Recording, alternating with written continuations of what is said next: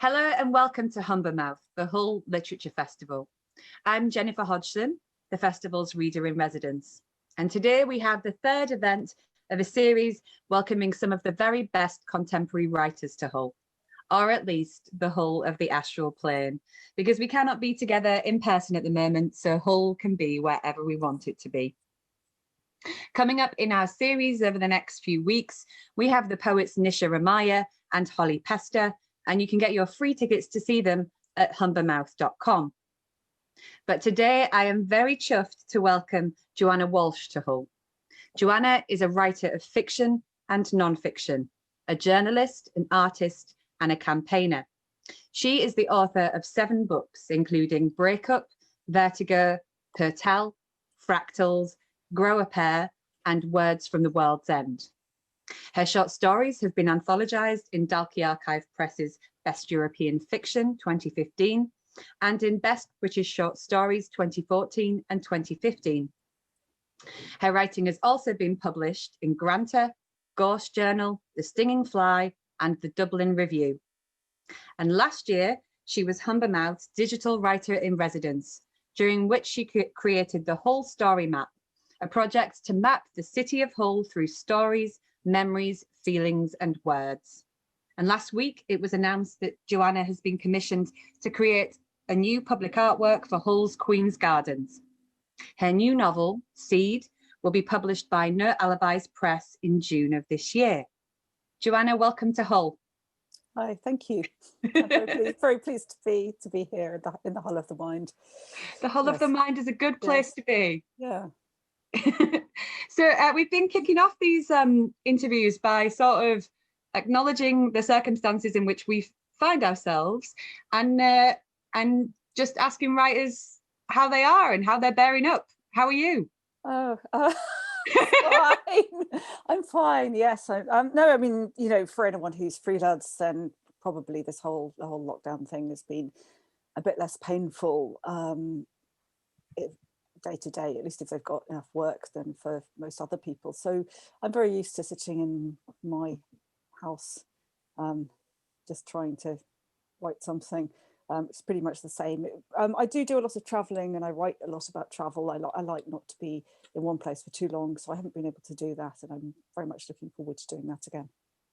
Yeah, because I was going to ask, because for a writer like you, that these circumstances are kind of like especially interesting, because on the one hand you do travel a lot and also you seem kind of preoccupied by ideas about mobility and sometimes in terms of freedom, sometimes in terms of sort of displacement, often kind of both mixed together.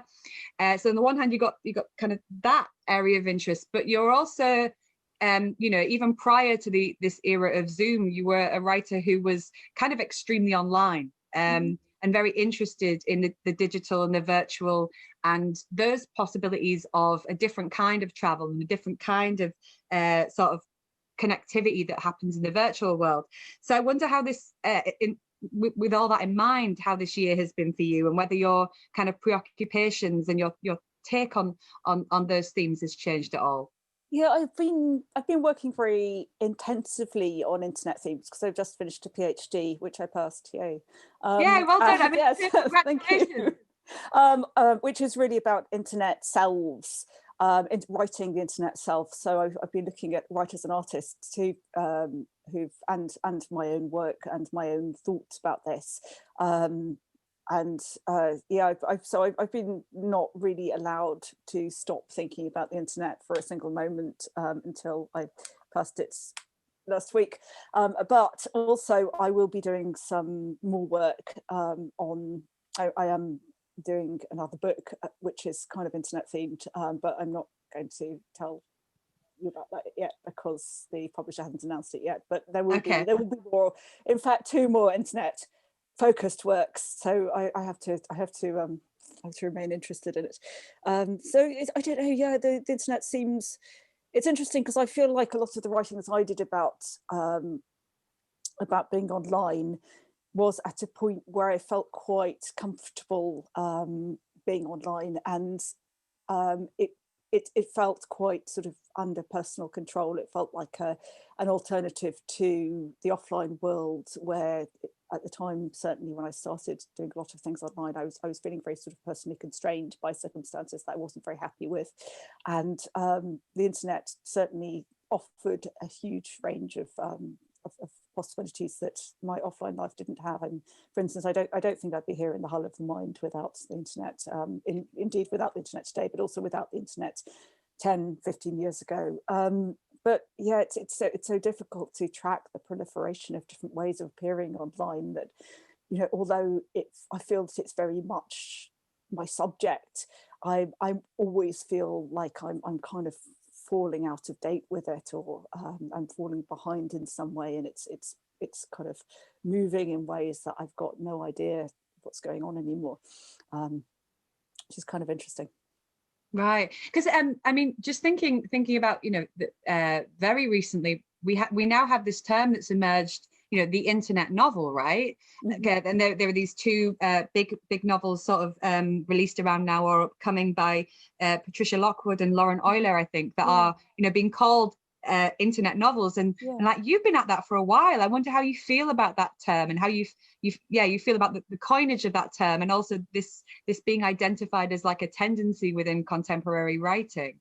Yeah, it's interesting. I haven't read either of those, partly because of PhD overload, because I don't know whether I want to read stuff about the internet right now again. Yeah. But I think people were doing this. Part of the work that I did was on the blog novel of which I guess was happening really in the 2000s. There was a lot of kind of fuss over people adapting their blogs, selling them as novels, often for very high prices. But it's interesting that was usually genre novels, so they fitted really into the tendency at the time for women's writing to be published as chick lit. So this idea of the diary of the amateur, whereas now, you know, Patricia Lockwood and Lauren Euler are obviously both professional writers. It's their job, it's their career, and it's a very different sort of publication and reception that their work's getting. So you know, that something has moved, but I don't see why we shouldn't all be writing about the internet, because it's where we live part of the time, and as you said, under lockdown now even more so. Yeah, I mean, I think you're exactly right. Like the idea of the idea of like the internet novel being like it seems to speak of like the idea of like the internet as being some sort of separate sphere, as if it was like still 1996. I'm like, even prior to the present circumstances, we all lived on the internet. Not all of us, but the vast majority of us, you know, like part of our life was located there. So the idea of there being it being a separate space with the separate kind of novel is strange to me, I think. Yeah, I like one thing that I think it has done to just everybody is everybody's become a writer, which is interesting. That some people, I think when I teach, I do quite a lot of teaching, mostly for the Irish Writers Centre, but I'm also teaching at Birkbeck at the moment. I'm teaching autofiction and creative non-fiction, and certainly that sort of ability to write some of your life down online in public, even if you were the sort of person who never had any hope of publication before and had no idea of any route to publication, which is how I started. That's exactly what I did. You just put stuff out there, and people will read it if you're lucky, which is kind of extraordinary. It's extraordinary both in terms of what it does for people in terms of them reframing themselves as writers and reframing their experiences as stories or something worth reading in some way. But also it's interesting what it does to publishing. There's this whole idea of, you know, the whole idea of the book is kind of constructed a bit, deformalized maybe. Obviously I love books and books remain, but there are other ways of reading. Which we'll get onto later on in our chat, I hope. And the thing I wanted to ask now is, you know, just in terms of that, you know, you mentioned the idea that we're all writers now, right? We're always rendering the self in words now more so than ever. And I wonder what you think about the sort of effect on the self of this mode of like constant self-presentation in text. I wonder, like, if you have any thoughts about the way that that's sort of transforming the self. Well, it gives everyone a kind of flexibility they didn't necessarily have when these things weren't just put into words and pictures. You know, you frame yourself literally in a picture or in words. But it's also kind of so you can change yourself, you know, you can change the way you present yourself, you can modulate it, but which is great. But it's very high pressure, this self-production all the time. It can be quite exhausting, and there are certain kinds of self-presentation that I find quite difficult. Like, I am on Instagram, but I have a very private account because I didn't want to do the same as Twitter, where, you know, I seem to know a lot of people on Twitter. But on Instagram, I just find I'm one of those people who can't do selfies. I really hate it. I just can't put. I'm writing another little short monograph piece about for Juxtapress about the films of Jean-Luc Godard, the 60s films, the ones that everyone thinks of when they think of Godard, although I love his later films too. And the kind of screening of the idea of femininity and beauty, and my difficulties with kind of inhabiting that idea, or being close to it, or trying to get near it, or, you know, just engaging with it in any kind of way personally. And because, you know, it's just something I've always found really difficult, visual self-presentation. Like a lot of people, you know, you don't necessarily like the way you look on photographs, and if you kind of make yourself look more acceptable, then you feel you're doing something terrible to yourself as well at the same time. Yeah, and one of the ways that you have kind of used the sort of online space is to do with your work in the sort of realm of campaigning, I guess. I'm thinking particularly of the Read Women campaign, which you founded in 2014. I think you were doing that between 2014 and 2018. Is that right, Joanna? Yeah, I really gave it up because of my PhD. But by that time, there were a few people doing the account with me, and it was just a point where everybody had like something else in their lives, which was making it difficult for them to spend enough time to continue. But it was a very accidental thing. I didn't really think of myself as a campaigner, and since then I've done other things, and it's quite strange because it just does seem to be something that I do. And I don't know how or why this came about. I mean, Read Women came about because I'd done some drawings of women writers, and I asked people on Twitter to suggest more. I'd made little bookmarks, and then I drew a lot of writers and started kind of just highlighting people's work, and then I started a separate account for it because it became so popular. And then eventually, you know, I asked a number of people to join me, to give different perspectives really on putting women's writing into the spotlight, different kinds of women's writing, and particularly women's writing that had been in some way overlooked or marginalized. You know, we were quite careful in our kind of, it was a very sort of open, but at the same time, you know, very directed feeling to it, I think. So, you know, there were certain things that there was a certain atmosphere and a certain sort of way that we were trying to bring information to light, I hope. Anyway, I think it was pretty successful. And I do another campaign now about age limits in arts prize. Which I just got annoyed about, because I started writing when I was over the age for quite a lot of these prizes. So it came from a personal impulse, but I just thought, so I really came from teaching. I've tended to teach in classes which are not for the usual undergraduate age students, although I do teach undergraduate. Well, at the moment I teach the MA at Birkbeck, but Birkbeck has a reputation for attracting students who want to come back to learning, who has a kind of lifelong learning ethos, which I'm very in favour of, that people who didn't get the chance necessarily to do a degree the first time round often go to Birkbeck. It's one of the places that welcomes them. So yeah, I've been sort of doing a lot of work around around rules which seem to limit or exclude older artists and writers from participating.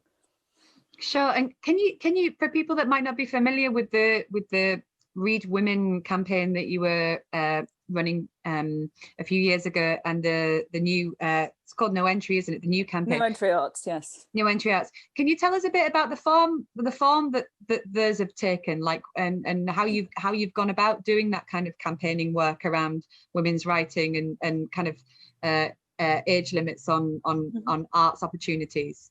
Well, they're both really in the form of Twitter accounts, because I thought, Twitter, as everybody knows, is a venue for discussion. Some of it kind of really awful, but some of it very helpful, and some of it I found challenging and difficult to take on board personally, but in the end very helpful. Sometimes get things framed in terms of in terms that are quite challenging to me. Being told that there are things I should know about that I don't know, and of course that's true. But I really think of them as kind of learning places. Read Women was very much about finding it was about pointing out areas of difficulty, but more than that, it was really about finding out about a wider range of women's writing and making it more widely known, more widely discussed, just so these people would become more familiar names and people would be going out and reading them. I have this long-term project I'd like to do with a friend who's an artist, where we just get a loud hailer and we go and stand in the middle of the street, and we have little cards, and maybe we'd wear a special costume because I like costumes, just to kind of differentiate, to put some boundaries around what we're doing, and got cards with names on of people who you think everyone should have heard of, but they haven't, and just kind of stand there and shout names. And I just that kind of repetition of we are actually going to do this sometime when we get. I think it sounds great. Yes, and just the idea that the internet works a bit like that. There's repetition, and if people repeat a name often enough, then other people get to hear about it, and maybe they'll just feel prompted to then go and look that person up and find out a bit about their work. That's certainly, I found out about a lot of writers just through people mentioning their names to me. Yeah, same. I mean, yeah, I have no shame in admitting that I use Instagram and Twitter as like kind of enormous crowdsourced reading lists. I love it. And this idea of the sort of market square, I love the idea of, like, standing in a market square with a megaphone and just shouting about Ivy Compton Burnett. Yes, yeah, just the name, because lots of people haven't heard of her.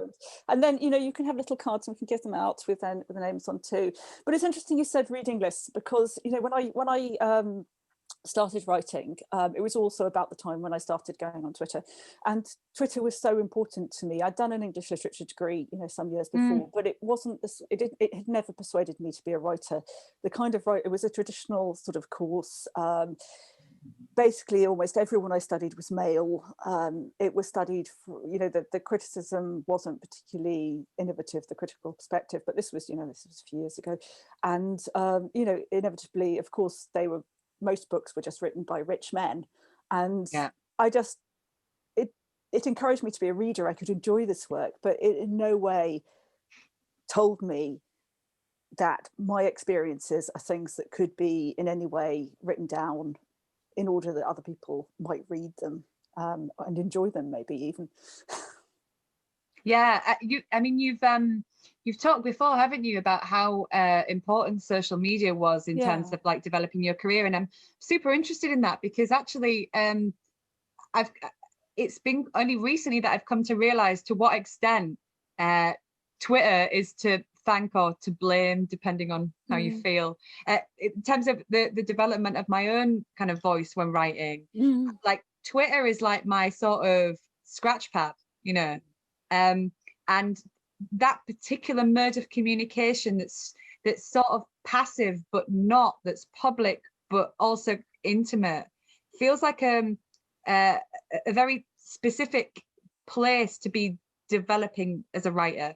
It has very significant or useful bits to it that help. I would agree, I think. Yeah, I love the creativity of what you do on Twitter, and sometimes I feel I've kind of lost that edge a bit there, because I don't know, I just feel like I'm engaged with a lot of people, and a lot of people are seeing what I write, and I feel a little bit less less prone to write something kind of stupid or experimental or something. Joanna, So are you saying feel that I should be embarrassed? No, it's great, but I don't know. No, I just feel like, you know, sometimes I feel like I've kind of lost the ability to do that, and I don't know why. But sometimes I think it encourages a certain sort of phraseology. It's interesting. The Jean Rees account works really well on Twitter. I mean, who'd have thought that Jean Rees was the perfect tweeter, but apparently she is. Totally you know, is. you can see that, you can see all those excerpts from her novels, and they work so well as tweets, mainly because they're a certain kind of joke. They're very melancholy, obviously, but they're sort of one-liners where she sets something up and then she undermines it, and it can all be done in a sentence, and it's supremely effective. And so I think it's probably affected the way that I write. I do like the invitation to some kind of humor, but it doesn't necessarily have to be you know, like laugh out loud funny. It can be often quite subtle, quite ironic, or you can extend something over a few tweets. And sometimes I get a good idea and I'm just like really pleased. There's nothing like making a joke on Twitter that people like. It's extraordinary. It's really great. Yeah. Completely. And you're so right about Jean Rees being sort of the ideal tweeter. There's something about that, like, you know, that mood of sort of like the melancholy voice in the dark, which seems, it seems to fit Twitter so well. Completely. I wanted to ask about some of the projects that you've been working on in Hull. So obviously last year you were working on this Hull story map, and I wonder if, for people that might not be familiar with it, you can sort of take us through what prompted that and how that's worked and stuff like that. Well, I was delighted to be asked to be a writer in residence at the Humber Mouth Festival, and that would have involved me spending a lot of time in Hull. But of course, under lockdown, that became impossible, so everything went online. So I was thinking, I like to do collaborative writing projects. I like the idea that, as on the internet, we're all writing, we're all kind of thinking about how we frame our lives all the time and how we remember things, what events are significant. And so I thought, you know, instead of kind of putting my own writing at the center, although I wrote a little thing about walking in cities and kind of memory and emotions attached to various places and how they attach and why that's important. I really wanted to work with the people of Hull to get their stories on the map. I literally had a map made, which Xander Cancel did the tech for. He's also doing the tech for this, which is great. So he's, I got him to make a map and set it up so that people could add a pinpoint to the map at a place that meant something to them, whether it was an emotional event, a memory, a life event, whatever. And I was very interested in this idea of atmospheres. You know, if you go back to kind of psychogeography and Guy Debord, the idea of of a city that is governed by different kinds of atmospheres. And I wanted to see what was coming out. Obviously, you know, like there are places like there's the uni, where there are lots of certain kinds of memories are focused, and then there's like the place where there are all the kind of nightlife and then around the docks. So you get different kinds of memories, and then there are residential, you know, as you spiral out to kind of more residential districts. So you get a lot of different kinds of memories, you know, some family memories located in one place, and you know, different sorts of memories located in different places. Sure. I mean, yeah, I mean, like I have this joke where I often say to people, you know, I apologize to them for not being because they're not from Hull. I'm a Hull enthusiast, and I do think that a city like Hull, if I wasn't from Hull, I don't know that I'd be a writer. Weirdly, it's a city that, even though I haven't been able to visit since July of last year, it it's sort of the architecture of my mind, and it continues to sort of compel me. It's a deeply mysterious and compelling city, I think. I wonder about the sort of the memories and the feelings that you were getting through on that you having submitted on the story map, and whether any of them surprised you, the sort of contributions that you had. Yeah, I don't know whether any of them surprised me, but I was excited by their variety and just the variety of styles that people were choose to tell their own stories, which is interesting. You know, some of them are very kind of snippets of moments, and some of them were really expansive, very, very long. And we also got a few poems. Oh, sweet. Okay. and you're doing this, it's just announced you're doing this new project, a piece of public art for Queen's Gardens, which for those of you who, I'm sorry that you're not from Hull, so you might not be familiar with Queen's Gardens, is the kind of the park right in the middle of the city. So you've been commissioned to create a piece of public artwork. That's brilliant and must be super incredible. Exciting. Yeah, it's incredible because, well, what I'm doing is I'm writing a text that is going to be inscribed on a new building, which is the garden building. So it's got the garden store and it's got the electricity substation for the gardens, so that they can kind of run events in the gardens. But it's a reasonably sized kind of edifice that's going to go up. And I've got the chance to just write. It's wonderful. It's like, you know, you've just been asked to graffiti the walls of this thing, and it'll be inscribed, you know, when the concrete's cast, it'll be cast, the words will be cast into the concrete. So this is extraordinary. I've never had my words in such a permanent medium, and it's kind of terrifying as well. The Queen's Gardens are fascinating because they were once a dock, and so all this this land that people were walking on was once water and had to be entirely filled in, and I think 1930. So it's an extraordinary place. Yeah, I wonder how you feel about the permanence, you know, books, mass-produced objects, ephemeral object, whatever, and then having your words cast in concrete. I wonder how that changes how you kind of approach the writing process, knowing that. It does a bit. I mean, I was just, because I'm working on it at the moment, I was thinking the other day of including a phrase that was purely contemporary. I can't remember what it was, but it just alluded. It was, and it felt a bit sort of too. I would absolutely no problem put it in a book or any other thing that I was writing. But I just thought that it's not going to. You know, if someone in 50 years sees something that, you know, people were saying, in particular in like 2021, then I don't know, it just made me think about like whether I really wanted to put that in. I don't know whether I do or not, because I think it's difficult. There's always that tension between being really specific, because to assume what's going to be timeless and what isn't is kind of silly. And certainly in a book, if I wouldn't, you know, I'd certainly use as much contemporary language as I wanted, that the sort of language that you think is probably going to go in and out of being understood, because it relies on stuff like contemporary technology, references to stuff like that, because a book just has more words in it. But I've only got 500 words on this substation, so I've got to be really, really careful about the ones I choose. And if I choose something where I suspect that in 50 years people are not going to understand it, then I've got to do that for a reason. Yeah, it's wild. It reminds me of, you know, when you're at school and you're making those time capsules that you bury in the ground, or, you know, when they decide what to like inscribe on the side of a rocket to send into space, like what you choose to represent. You know, there's always that question of selection and you know, what you represent and what you don't. But in this instance, especially, you know, you got 500 words and it's in concrete.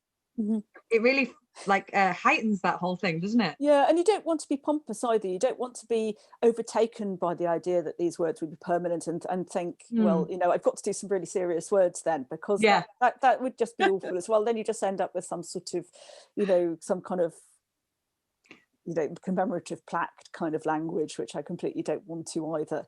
And words become meaningful because they're repeated over time. So even if I did choose something that became obscure quite quickly, then it would retain some sort of local meaning just because it's there.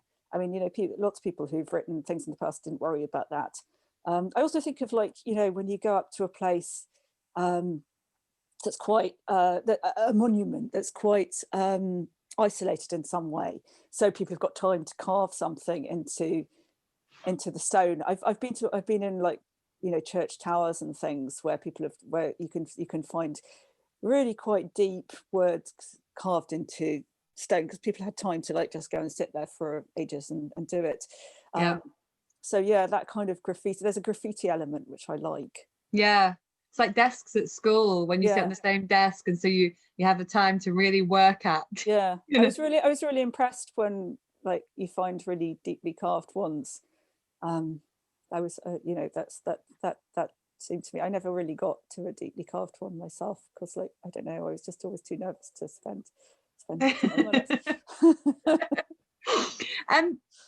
But this new commission for writing in concrete won't be the first time that you've kind of worked off the page, will it? Because I was obviously the last event that we did with Isabel Wagner, they were talking about moving from music into writing, and we were talking together about that sense of certitude about, like, I am a writer, that's what I'm doing. And it seems like for you that's it's a slightly different thing. Like, there seems to be a sort of more expanded definition of the kinds of things that a writer does when they're being a writer. Yeah, I love taking things off the page, and also I like things to exist in, like, on the page and in other ways as well. So I spent, like, about 15 years working as an illustrator, so I've got a visual art background, though, you know, a sort of, I was very much, like, in a commercial world, responding to briefs. I mostly worked for newspapers. I used to work for The Guardian a lot, and so I kind of got a bit burnt out with that. You know, it was very, very sort of fast turnover. And I got disillusioned with some of the things I was doing, and I sort of started writing instead. At the same time as lots of weird things were happening in my life, so it was very much a response to those too. But I kind of, I told myself that I didn't miss doing visual things, but I've come back to it a bit recently, and also in between, I kind of can't stick to just writing on the page. I've done writing for performance and writing for digital, for kind of apps. I love text. I think everything that I do is really text based. Even when I was an illustrator, it was all about responding to writing. But I like to think of writing as something that doesn't just happen in the words or the sound. It can also happen in, like in the concrete building in Hull. It's going to be all about how the words are spaced on the building, how you read that concrete page. Because your new book Seed, which I can show. Yeah, so can I. I've got it. Yeah. Oh, let's all show it. Okay. Yes. I drew that. Did you? Yeah, because I started off doing some artwork. It's going to be published both in this edition, which is paperback, and in a kind of artist's book box, because the way I wrote Seed is really fragmentary, and it started off as a digital app which you can read in various different ways, a little bit like a choose your own adventure story, except there are very few adventures. I'm warning you this now. It's not there are no dragons. I'm really sorry. There are no monsters. Well, maybe, but certainly no dragons. But I just the wonderful No Alibis Press, who are publishing it, who have very exciting ideas, and they actually approached me and they said, we want to do something with this that reflects the way that it works online. They also asked me about visuals for it. I started off by doing a piece of generative digital art, which is on their website. And it's I was thinking about Seed is very much, we're talking about landscapes and landscapes where you grow up, and Seed is very much about a sort of very close relationship with a landscape.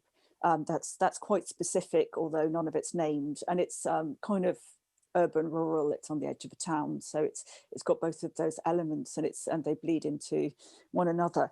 But I was thinking about the way things get grown over, and the messiness of that sort of edgeland growth, where you get you just get brambles growing over everything, and old man's beard and things, whatever you put there, and it's quite messy. And kind of, I know when I was growing up in this sort of place, I was thinking, the countryside is not meant to be like this. Whenever I read about the countryside's meant to be pretty, and this is not pretty. It's kind of weird and slightly disgusting, and things go rotten and get slimy, and things grow over other things, and there's just a ton of mud everywhere. And these new houses that have been built on the edge of town, they're not meant to be muddy. They're meant to be all kind of like nice and new and pristine, and there's nothing they can do about this sort of slight the way that the kind of messy countryside is creeping into these places. So I did an artwork on No Alibis. It's on No Alibis website. It's called Thicket, and it just takes a point and it grows it in a kind of really messy way.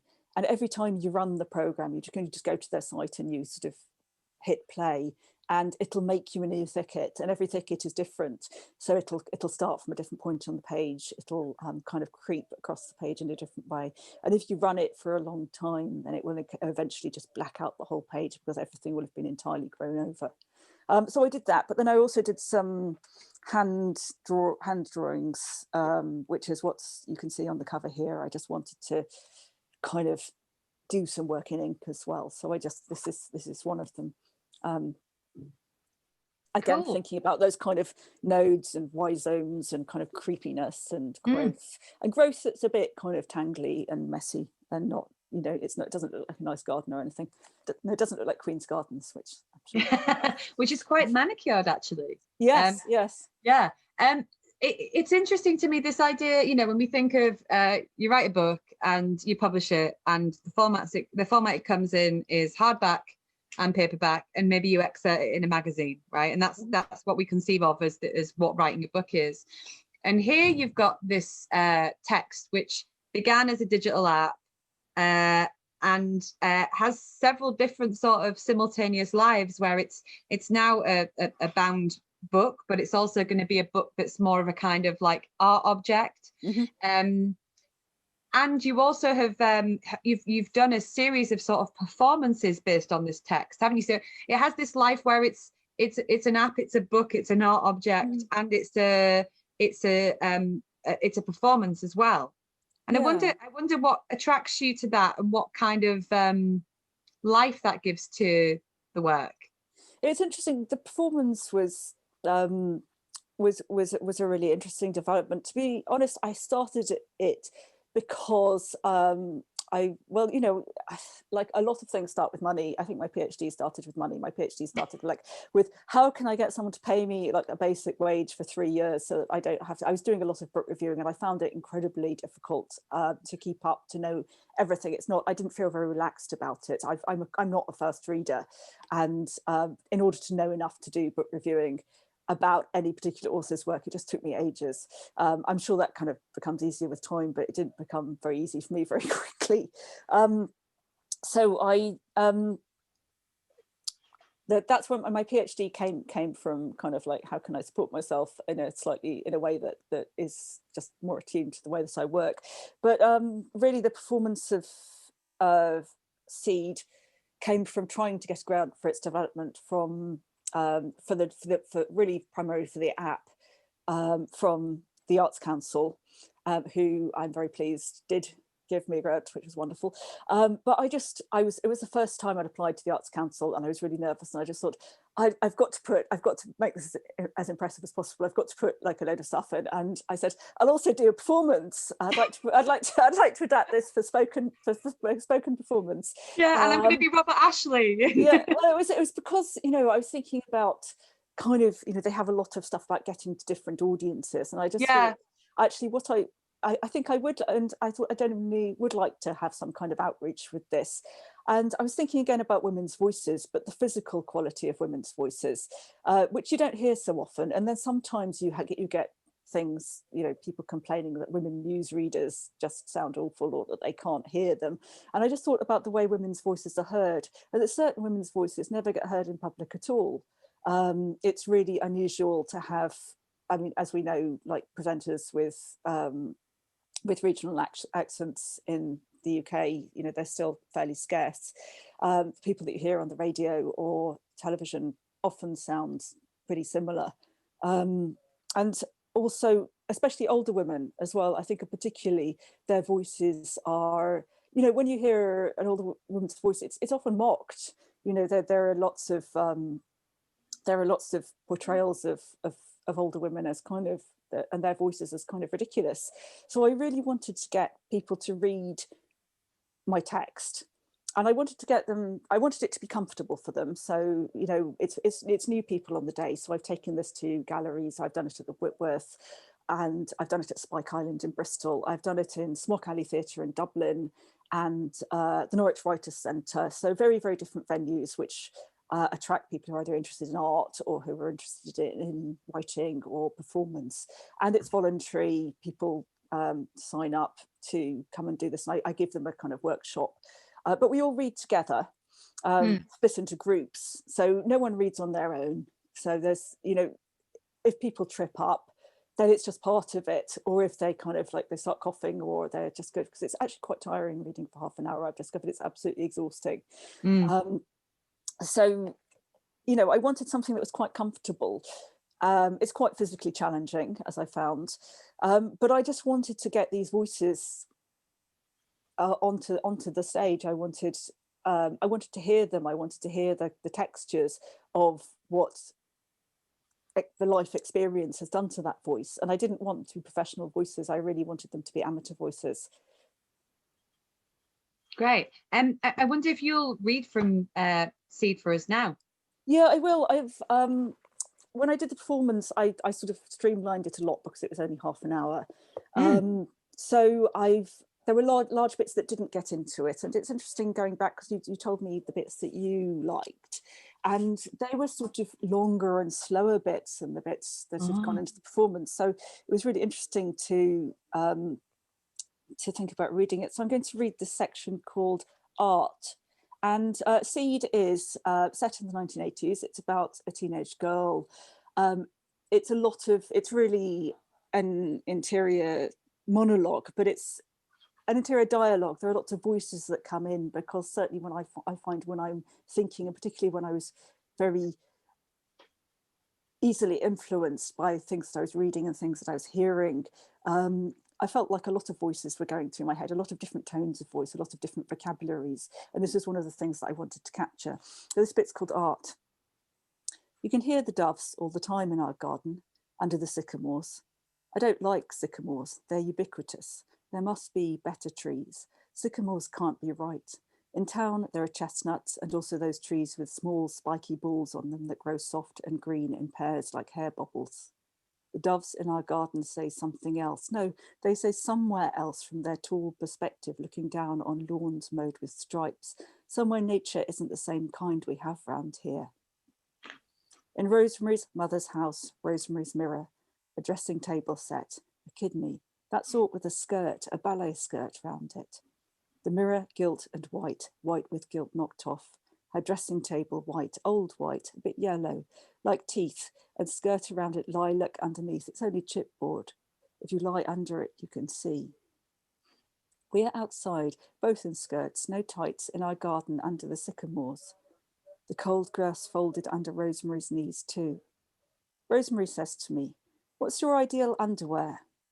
I say, "White, really plain, cotton, but white all the time, not the kind that goes grey." This is not what I am wearing. She says, "Colours, I like to mix and match." She says, "What's your ideal hairstyle?" I say, "I don't know, just so it always looks good and I don't have to do much with it." In Rosemary's mother's house downstairs, a doll. I mean, full-grown doll, a mannequin, that's what they call them. No arms, no legs, no wig, her lower half draped in a skirt, breasts bare, a green hat with a feather, a red Venetian mask. Though their house is just like all the others, I'd never been anywhere like it before. Who are these grown-ups allowed to pretend? When we got up, our knees and lower thighs were the colour of boiled ham and had the shapes of many crossing great grass blades printed on. Rosemary's mother's sofa is flower print. It's saggy with use. It was cream, but it isn't now. Rosemary's mother doesn't care. She doesn't care, and it doesn't matter. This is amazing. That we can sit on the sofa and it doesn't matter, and drink tea and eat biscuits and it doesn't matter. Under my legs, I can feel the strings from her sofa where it's worn through at the edge on the back of my knees.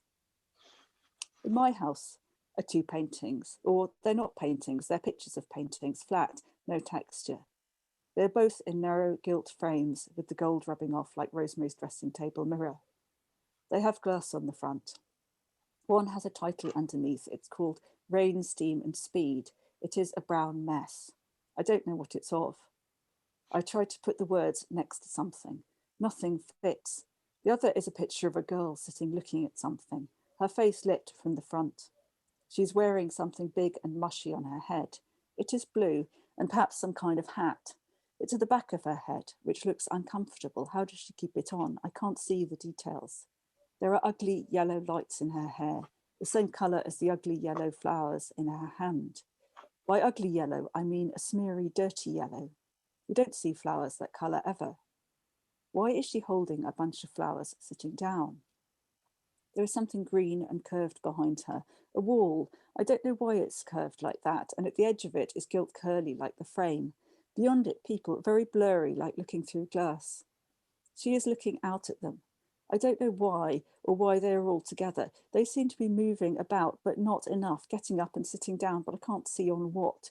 There are red and yellow marks on them that look like her flowers. Her mouth is open, like she wants to say something, but stops. She looks anxious, even afraid. This is wrong, I think. People don't have that look in paintings. Anger, or maybe hate, big emotions, but not that. No, I don't know what to call it. It is a moving towards something. The mugs in Rosemary's mother's house have chips. Nobody minds.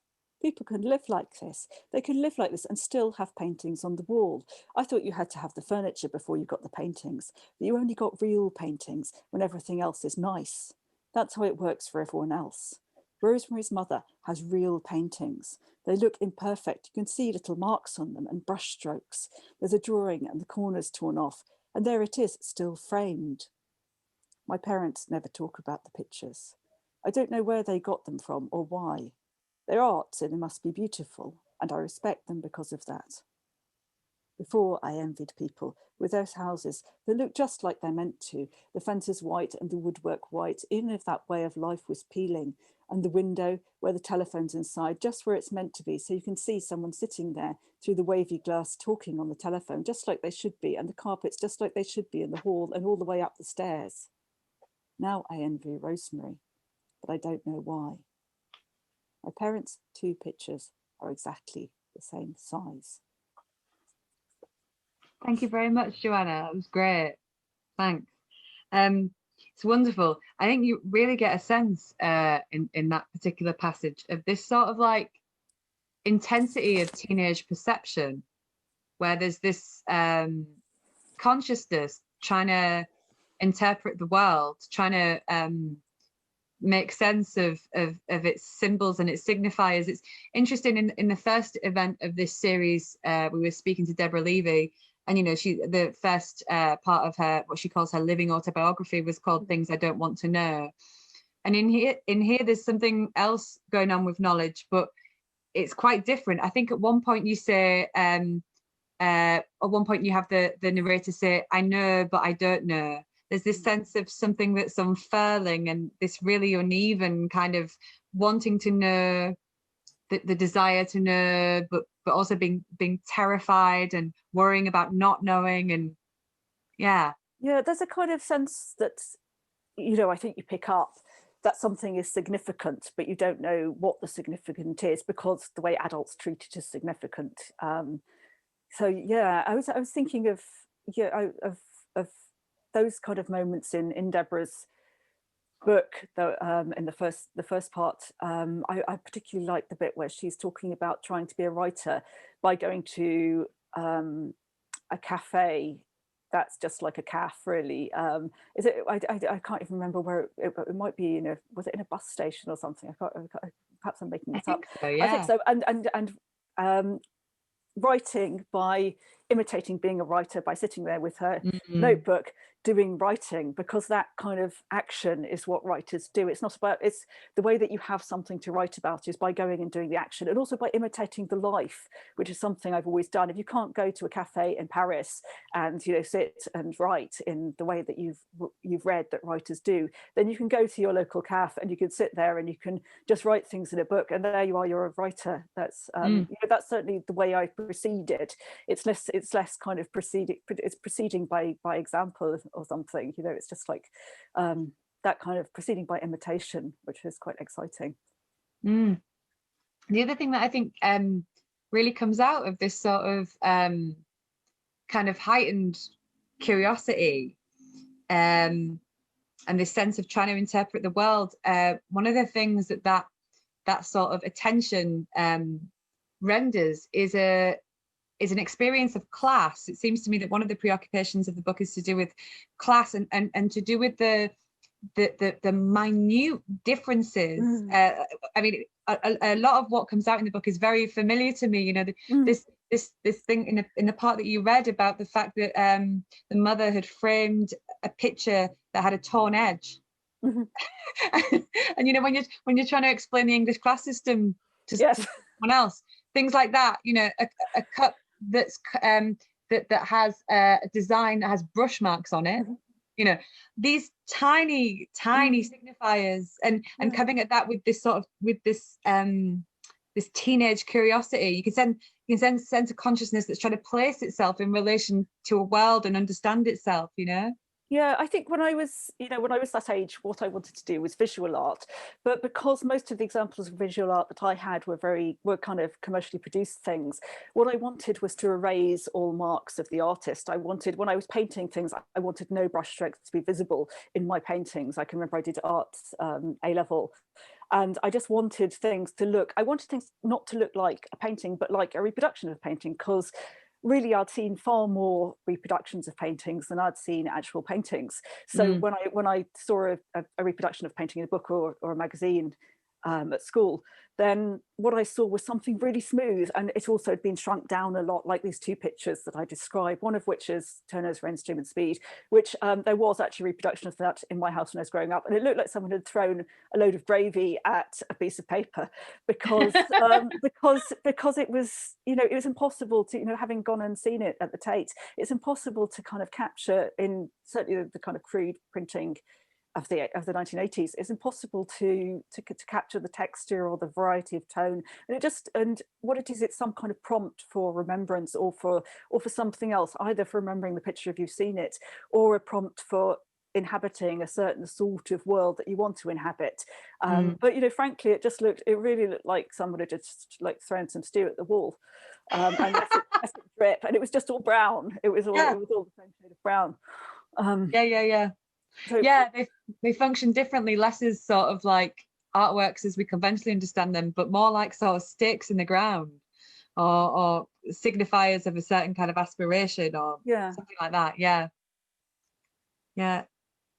have that. They have that passage in what you read out where the narrator says, "There are, so they must be beautiful. I respect them because of that." Yeah. Yeah, I was very mystified by the brown mess, but I just thought, that must be what art is. It looks like this, and it's, that must be it.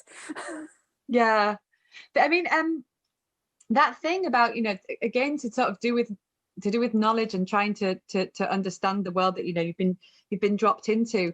You mentioned before this idea in the book of there being this close relation to landscape, and there being this kind of gap between the way that the countryside is sort of being rendered in films and books and the way that the protagonist is experiencing it. And it also seems seems to happen, come up a lot in the book. You know, this kind of like imaginary version of England versus this place where the protagonist lives in the valley, that seems to have nothing to do with one another.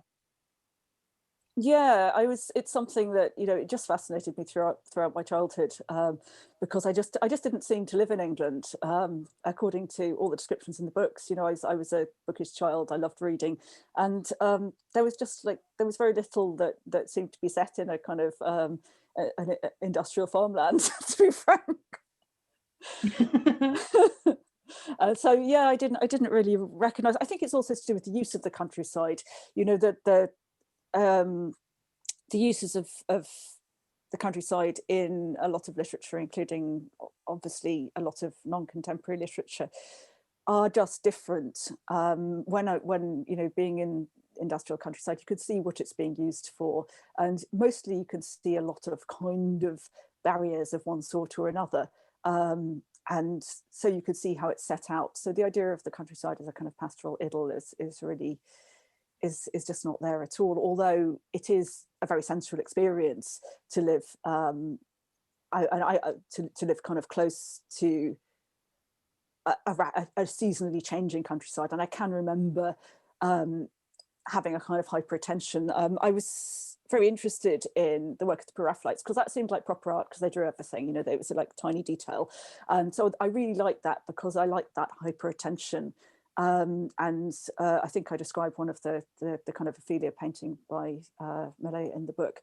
But I liked that hyperattention, which seemed to be the way that I saw things. I was always noticing, you know, I noticed every time there was a slight change, because I was walking to the bus or something.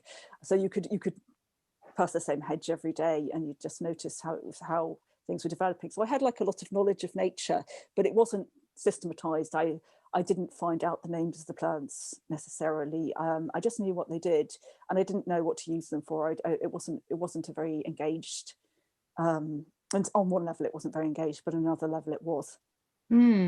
I guess it was a sort of like lived in knowledge rather than like a book knowledge. Because there also seems to be something quite powerful in this book that reflects on kind of what kinds of lives and what kinds of places are allowed to be in books, you know, what kinds of experiences are quote unquote worth making stories about. That you know, this attention to other kinds of lives, the kinds that aren't usually judged significant enough to make it into a book, seems to be something that you're interested in here. Totally. That's always been my project, I think. You know, I think when I started writing, I was writing Vertigo and Hotel, and I was writing them more or less at the same time. And what I wanted to write about was just at a moment in my life where I thought, hey, the narratives I've been given about how I should be living, there's something going wrong here, and it's not fitting. And I just need to, rather than kind of look to the kinds of narrative I could be living, I wanted to just take apart what I was living and say, wait a minute, what is it like to be in an unhappy marriage? I want to like delineate it. I want to sort of to cut it up and just say in very simple language, as simple as possible, which is the sort of language I've been trying to use in Seed. I want to notice things. I want to notice what it is, how my life goes in a daily way, and what is in my life, what objects are in my life, what kinds of exchanges go on in my life. So really, you know, Vertigo and Hotel came out of that. But also, what was I going to say? I can't remember now. I was going to say Carolyn Steedman, who I know you love her book as well. Yes, Landscape for a Good Woman. And what I really want to do in my writing, in all my writing, is that phrase that she has where she says she wants to write about how the desire for a new dress can be a political act. Yeah. You know, because I love that. It's just often women's concerns have been considered trivial, or women's interests, and they've not been linked to kind of wider political descriptions, or, you know, politics that's to do with work. Women's care work, domestic work is not political, or has depoliticized. It's been stripped of the idea that it is work, and that it can have a political status, so that we can talk about it and we can change it. And also, you know, other interests.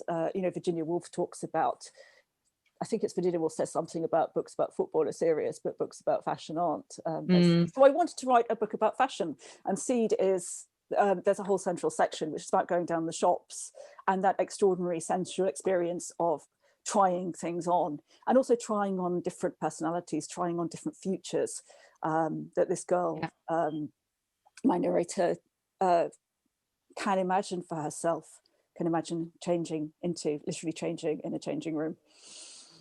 It's so interesting how there are these, you know, amongst these events, there's been so many kind of like threads that keep sort of coming back to it, because we in the event that we did last with Isabel Wagner, we were also talking about clothes and their sort of significance as a survival strategy and a you know, a mode of self-presentation, and you know how it's just shocking that they're considered something like frivolous or surface level or not important, you know. Yeah, I also love the language of clothes. I mean, Alison Lurie wrote a book called The Language of Clothes, which is, you know, it was written a fair amount of time ago, but it's really interesting.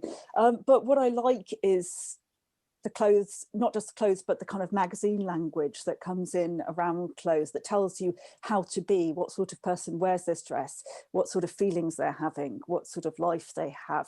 And Roland Barthes wrote a book about fashion where he talks about written outfits, and he talks about the kind of juxtaposition of a photograph in a magazine and the text, and you've got to have the text, you can't just have the photograph, you've got to be told what sort of person this is that you could be if you were wearing this dress. Otherwise, you know, it would just be like a dress or a pair of boots or something. Whereas, you know, you wouldn't be, there's indication obviously because the models are kind of posed in a dramatic setting wherever they are, but you know, it's this kind of writing as well, writing a kind of little story around what is happening, what sort of person you can be in these clothes, which I'm still, you know, I love fashion and I love clothes, and I'm still completely fascinated by this. Yeah, same. It's like the kind of whatever else changes, my liking for garms like never goes anywhere. It's perennial. We put out a call for questions from the audience, and as often is the case, our audience has been a bit shy with coming with questions. Okay. But we had one that I wanted to post here, which is from Ben Pester, who said that he would love to hear you talk about interior spaces and how they function in your writing. He felt that there's an emphasis in your writing very often upon the situation of a person who's often alone in a room, and that he'd like to hear about how that functions for you in your work. Yeah, I guess it does. I hadn't really thought of that before, but I think the experience of space is not, I mean, it's an experience of being in and moving through space. It's not really focused on that space. Sometimes there's a detail that I focus on, but I'm not concerned with establishing space in a realistic manner or in a way that conjures it as an environment independent from the experience of the narrator, the character who is experiencing that space. So yeah, I think it's kind of a phenomenological space rather than a space that would work for all the characters. So I think often yes, it is situational. It is about like sitting or moving through, and it's not about this environment existing independent of the experience of being in it. So yeah, I don't think about the spaces. So you know, you get kind of works of writing where they evoke a place in a way that seems to extend beyond the experiences described in the book. But you know, for me, the landscape is kind of not a character, but not independently of anybody's particular experience. Sure. Sorry, there's a really loud motorbike going past outside. Right, yeah. To lend a bit of you know, colour to the space that I'm in. Apologies for that. We're sort of coming towards the end of the time that we have left, but I wonder if you could tell us a bit about. You did mention it at the start, towards the start, the new book that you are that you're working on Not Being Green. Am I Oh right? yeah, yes. I don't know. Is that going to be the end of title? No, it's going to be called that. That was like a little excerpt that I wrote first. Oh, okay. So this was. It's going to be called My Life as a Godard Movie, because I just love Nice. titles, and I like the idea of kind of this invitation that Godard gives you to inhabit his movies as a woman, which is it's very double-edged. You know, there's a feeling of beauty as something that is freeing and that doesn't necessarily lead to conventional ends. You know, very seldom in his 60s movies do people end up, you know, going into marriage and conventional lives. But what is this beauty doing? I don't know. You know, it is also it's beauty is. I think I can remember Chris Kraus saying something about, you know, she doesn't like beauty in the end because beauty is always exclusive. It's always about making a hierarchy, that some people are more beautiful than others. And you know, this is something, like most women, that I've had to kind of I've had to come up against all my life, the idea that beauty is a vehicle for appearing in the world, and that if you don't look a certain way, then the way that you can appear, the way that you can act in the world is constrained. And of course, also, if you do look a certain way, then it's also constrained, but it's constrained in a different manner. But because it's so important, it's remained so important. And, you know, despite all the things that I've done in my life, I'm still kind of plagued by this idea that, you know, it would have been better if only I'd been really good looking. And you know, I just like to admit that and explore it really, and think about the way his actresses appear. I mean, not just appear in terms of appearance, but just the act of appearing, the suddenness, the extraordinariness, the way that he frames their being as a series of sort of appearances, and you know, what just basically like how the idea of beauty has messed up my life. Oh, mate. I mean, that sounds fascinating, but I mean, we're out of time, but I feel like we could do a whole other hour on thinking about the sort of vitality of Anna Karina. And next time we'll do that. But thank you so much for today, Joanna. It's been a real pleasure. And thank you to the people out there on the internet for joining us. Please come back again on the 20th of March when I'll be talking to the really, really brilliant poet, Nisha Ramaya. But for now, thanks everyone and goodbye.